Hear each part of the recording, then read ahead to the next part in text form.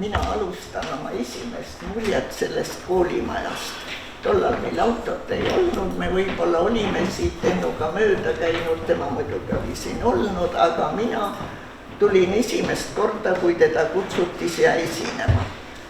Seesama mees, kes on nüüd 60, oli siis kuskil 3 või niimoodi. See oli aastal 68.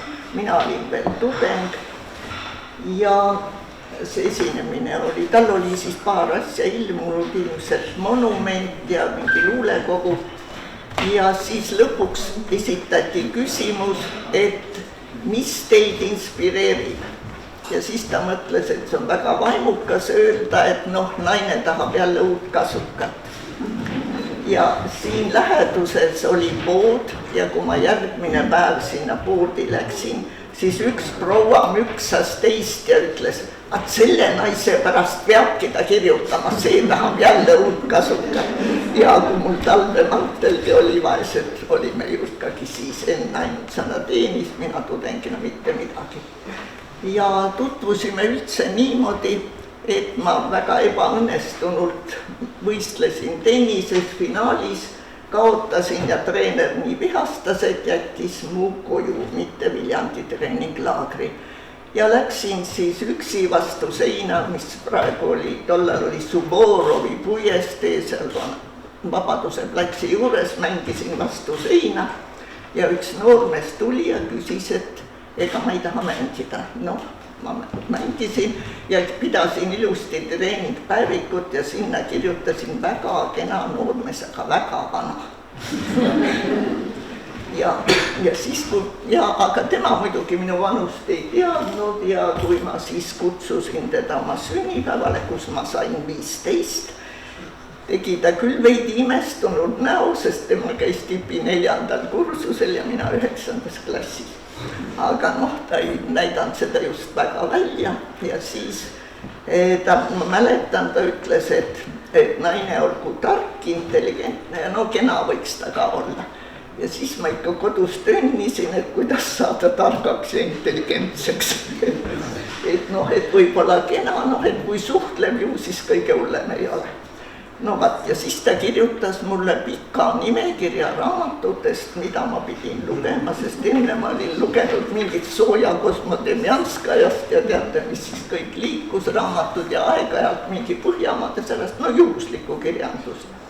Ja siis ta ütles ka, et just selle intelligentse kohta, et ma kunagi küsisin, et miks sa ei võt ka ilusat naist, üks sõber võttis väga ilusa naise, ta ütles, et ilu karjub ära ka lollusega mitte kunagi. Ja siis, ma ei saanud kohe Kunstiakadeemiasse sisse ja siis ta nagu kukeke ütles, et abiellume, et võib-olla minu nimega, ma mõtlesin, et ei. Ma lähen oma nimega sinna sisse, et siis ei ole terve elu ütlemist, kuigi ilmselt ta nimi ei oleks tollal üldse kõlanud, aga ta ise vist arvas. Ja alguses ma esimesi teoseid ma ei lugenud, sest siis ta mulle isegi neid ei näidanud, aga hiljem ma hakkasin ikkagi neid, või õigemini tema tahtis, et ma kogu aeg neid loeksin ja siis ma õppisin ära, et kritiseerida võib, aga kõigepealt peab ikka kiitma, sest ühel korral ma mingi näidendi kohta ütlesin, ilmselt olin halvast tujus, et ei, see küll hea ei ole, siis ta viskas selle kuskile pika puhveti taha ja kui teatrist helistati ja küsiti, et kus see käsikirja jäi, siis ta ütles, et pöörduge minu naise poole.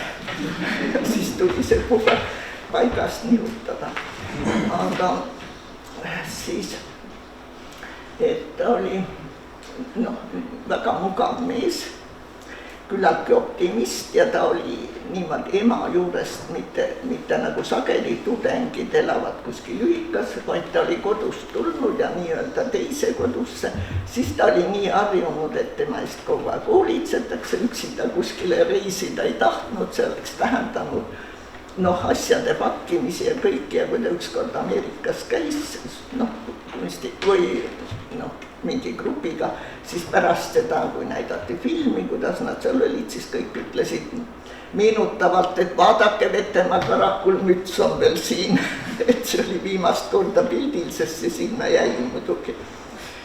Ja noh, mida siis rääkida temast, kui sa oled inimesega peaaegu 60 aastat koos, no siis on seal elus ju kõike. Et nii head halba kui jah. No rääkides võib-olla mitte tema raamatutest niivõrd, aga see Näki raamat oli selline, mis siis kutsus esile palju igasuguseid muljeid ja ma mäletan, et meid kutsuti Soome. Seal oli parajasti juba niisugune naisemantsipatsioon oli väga tugev ja mulle, mitte talle, vaid mulle karati kallale, et kuidas te elate niisuguse mehega, kes kirjutab naistest niimoodi. Õnneks Eva Lille, kes oli seal kohalik, oskas siis pareerida. Mina ei oleks oma viletsa soome keelega iialgi suutnud selgitada, miks ma selle mehega elan. Jah, et ta eelistas, noh muidugi ta kirjutas raamatuid palju, aga ta eelistas alati teatrit, sest seal nägi reaktsiooni ja neid mängiti tal väga mitmes kohas. Meelde jääb see Savremenniku, mis oli ikkagi Moskva kuulus teater ja seal olid nii tuntud tolle aja kohta Raikini poeg ja Tabakov ja kes seal kõik mängisid. Nii et minu jaoks see oli väga, väga eriline päev. Ja ma mäletan, et kunagi ma ei ole nii ehmatunud olnud, kui siis teatris juhtus väga suur teater ja muidugi tema läks lavale ja kadus. Ja kõik läksid saalist välja ja keegi nagu minust ei hoolinud. Ma tundsin järsku, mis selles osas peaks naine tegema, kuhu, mis läks ikka päris pikka aega, kui tal meenus, et ta naine oli, aga no see pole midagi, kuna Nõmmik rääkis, et tema esimesel esietendusel ta oli lubanud naisele järel minna, aga pärast etendust tuli meelde, et pidi naisele järel minema, nii et meile hästi ma olin kaasas. Ja üldiselt oli ta loomult ikka väga optimist ja mina, kes ma võib-olla algul ei olnud niimoodi pessimist, läksin ma just selleks, sest ma sain aru, et tema optimism ei toetu mitte millegile. See on lihtsalt, ta on optimist ja oli palju niisuguseid juhuseid, kus ta lihtsalt uskus, et kõik läheb hästi ja üldiselt ta läkski. Näiteks ma mäletan, et me pidime Tšehhimaale minema ja tal oli planeeritud nii, et kui me jõuame lennukiga Moskva, siis sealt sõidame läbi, keegi annab talle mingi komandeeringud ja dokumendid ja siis me kohe läheme teisele lennuväljale ja kõik läheb nii. Ja õhtul siis heidame magama, kõik on pilves, öeldakse, et ilmateade on selline, no et umbes hommikul ei lenda. Ja mina siis küsin talt, et mis siis saab? Ja me olime juba voodis, ta ütles, ma viskan su voodist välja. Et niivõrd negatiivne prognoos. Ei, hommikul läkski enam vähem, algul oli küll udune, lennuk läks välja ja kõik täpselt nii läkski.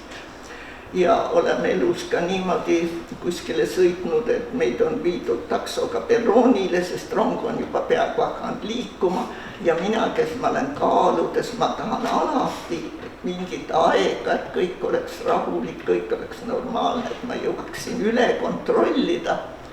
Ja aga temaga oli nii, et kõik läks viimasel hetkel ja kõik läks ja kui ma mõtlen, et ta isegi suri nii tagantjärel mõeldes kergelt, et ei olnud mingisuguseid pikki voodisoleku aegu, aga siis veel, kui mõnedest naljadest rääkida, siis ta ütles, et selles elus jõudis ta väga vähe muusikat kirjutada, et järgmises elus ta kavatseb palju rohkem seda kirjutada ja siis meie poeg Markus ütles selle peale, aga äkki sa sünnid naisena ja siis pead kogu aeg hoolitsema oma mehe eest. Siis ta ütles, oi seda õnnetust küll ei taha. Jah, no, mis ma oskan. Jah, noh, küsige midagi. Ma ei oska tõesti 60 aastast nii kokkuvõtlikult seda kõike rääkida. Äkki keegi midagi räägi, kuidas teil see päevakava oli,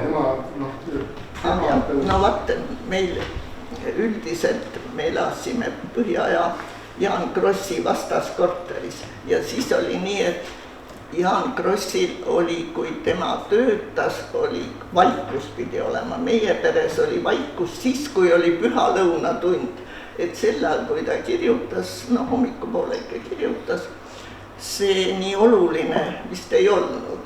Lapsed, Krossi lapsed ja meie lapsed lasid nende kahe ukse vahet kogu aeg, me ei lukustanud, et ei oleks seda kellatirtsutamist. Ja siis jah, mingil hetkel ta riputas siis uksele pühalõunatund ja siis võiks olla rahu. Noh, ma ei oskagi. Ja siis ma mäletan Kirjanike Liidust helistati, kui oli tollal jõulud, olid uusaasta pakid lastele ja siis küsiti, et kui vanad te lapsed on, siis ta ütles, üks hetk, ma kohe kutsun naise. Siis tükk aega olid, et ma ei tea, palju tal neid on ja vanad nad on. Aga ta ütleski, et noh, see ju kogu aeg muutub, see vanus laste aadist, mitte nii võtta. Kuidas kirjutamisega oli? Kas ta tegi seda nagu regulaarselt, et iga päev peab kirjutama kella 6, kella selleni, kui oli see juhuslik? See oli periooditi, kui tal juba midagi pooleli oli, siis ta kirjutas ikka iga päev ja siis ma muidugi pean ütlema, et ta raamaturiiuli taga, kui ma ikka koristasin, siis ma avastasin üks pisikese pudeli, eks. Ja siis alati oli see ei tea, mis vanast ajast ja muidugi ei saanudki aru, et ta oleks midagi võtnud, sest noor inimene kannatas hästi ja kõik need esimesed asjad ta kirjutas just niimoodi, et ta ütles, et tal meeldis olla väga. Aga ma mäletan ühte korda, kui ta kirjutas Pillimeest, ta eelistas Pillimeest tunduvalt monumendile, sest monument oli niisugune poliitiline rohkem, aga Pillimeest ja siis me käisime, tol oli Harju kohvik ja seal oli seinas peegel, siis ta istus nii, et ta nägi peeglist kogu aeg neid inimesi ja minu meelest Pillimehes ongi see stseen sees, kuidas seal oli ja noh, minul muidugi lugedes tema raamatuid on kõik nagu tuttav ja teada ja alguses ma lugesin, mitte esimesed paar, aga siis ma hiljem lugesin neid korduvalt, ikka jälle anti ühed lehed ja teised ja siis ma ütlesin ükskord, et kui ma ükskord saaks su raamatu niimoodi, et ma avan ja mul on seal midagi uudist. Ja siis poole pealt ta mulle enam seda Naani raamatut ei andnud lugeda. Ja kui ma siis selle lõpuni lugesin, siis ma küsisin, sul üks peategelane kadus ära. Siis ta ütles, no vot, sa ei lugenud. et nagu lõpuks olin mina süüdi, et tema peategelane unus kuskile. Nii juhtub, siis mu aeg juba täis ei ole. Mul on küsimus, et sa rääksid nüüd, kuidas, ütleme, sinu pilk tema loomingule, aga kuidas tema suhestus sinu loominguga ja sinu tööga?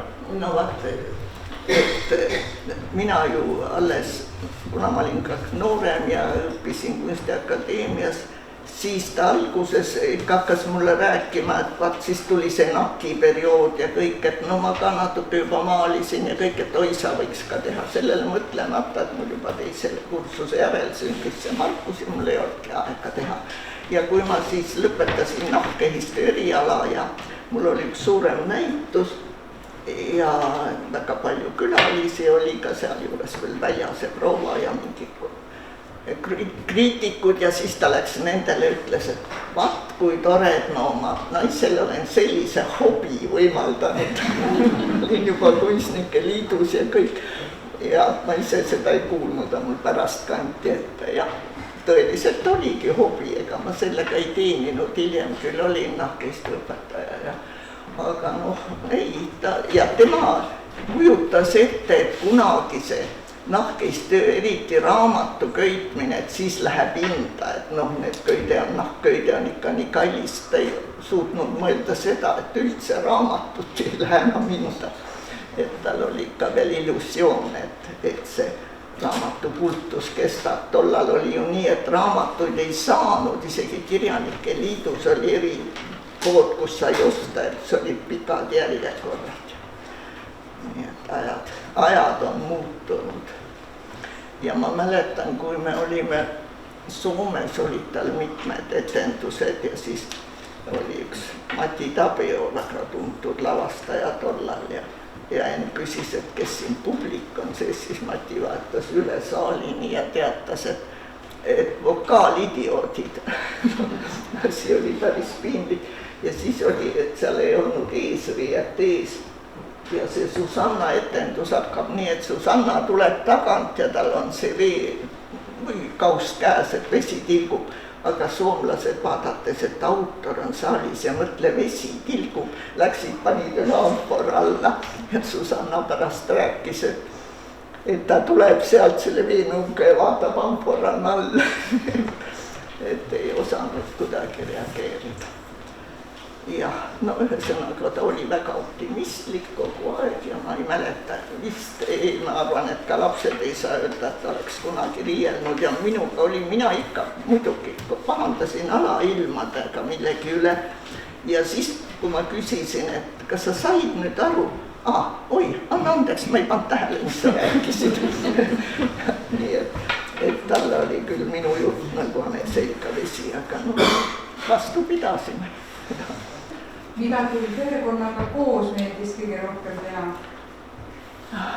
No me käisime ikka, kui me auto saime, siis me käisime autoga sõitmas, reisisime, noh, mitte küll Eestist väljas, aga tuntud kohti mööda ja meil oli väga hea sõber Vinter, Ülo Vinter, kes oli suur matkaja ja telgiga, siis me käisime telgiga kõikjal ja see oli päris tore oli niimoodi telgiga reisida ja olla. Ma arvan, et see talle kindlasti meeldis.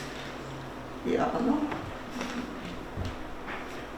ja väga hea perekonnasõber oli Nõmmik, kellega nad koos ikkagi.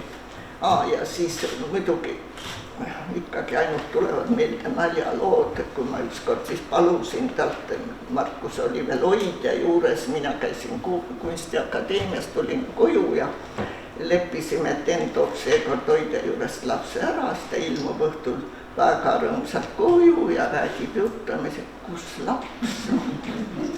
Jah, ei, ma tõin ta ära küll.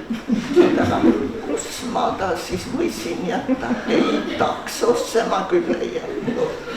No siis läksime televisioonimajja tagasi, mina muidugi täiesti värisedes, telefone tollal ei olnud.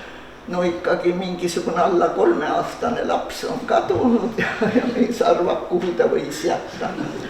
Ja läheme siis sinna kohvikusse, küsime. Ei, keegi ei teadnud, kas last seal oleks. Siis üks lõpuks ütleb, kuulge, kokkade juures on üks väike poiss.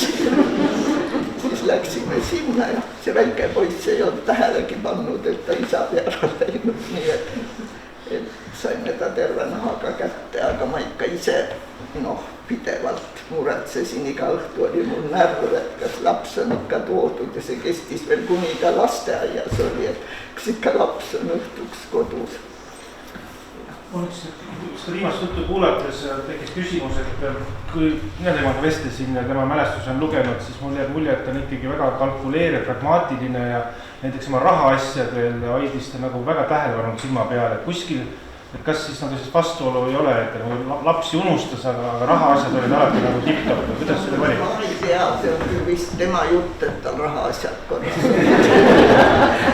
Võib-olla ta tahtis endast parema mulje, et ei, aga ma ütlen seda küll, et meie peresse ikka kõik auto ja korteri ja kõik niisugused asjad ja mööblid ikkagi mina pidin valima, aga tema ikkagi need materiaalselt võimaldas, sest mina ikka väga kaua aastaid ei saanud sentigi ja üks kurblik lugu oli mul ka, kui ma siis pärast Kunstiakadeemiat tegin mingi autoritiraaži, elamine ei olnud meil suur, ikka oli muidugi temale tuba ja lastele tuba ja mingi suur tuba, minul ei olnud mitte kuskil kohta, kus teha, nüüd mul on üksinda käes 5 tuba, ma võiks igast toast tööd teha, aga ma ei tee. aga siis ma tegin mingi nahast karpe ja siis igale karbile panin raskuseks telliskivi peale. Ja kui ta siis koju tuli, see laud oli, küll söögilaud oli suus, ta vaatas imestunud, ütles tema laual, söögilaual on telliskivid. Ja mina siis väga tähtis, et ma teen ka ikka ju saan raha ja kõik puha ja siis ta küsis, et palju sa selle eest raha saad. No ma ütlesin, siis ta läks teise tuppa ja tõi 2 korda nii suure summa, ta ei ole elus mind rohkem solvanud. Seekord ma siis jooksin magamistuppa ja ulkusin seal. Siis ta ütles, milles asi? Siis ma ütlesin, mina teen oma loomingut, ma olen sul lubanud kirjutada ja nüüd mina. No siis järgmine kord enam telliskivid teda ei seganud, ta sai lihtsalt telliskivide kõrval, kui need juhuslikult olid laual. See oli jah, meie ainus niuke tõsine konflikt, et ta ei saanud aru, et mina ei teegi ainult raha pärast, sest tema oli niimoodi teadlik, et tema on see, kes raha teenib ja minult ta seda ei eeldanudki üldse. Sa oled päästja ingel. Suur aitäh!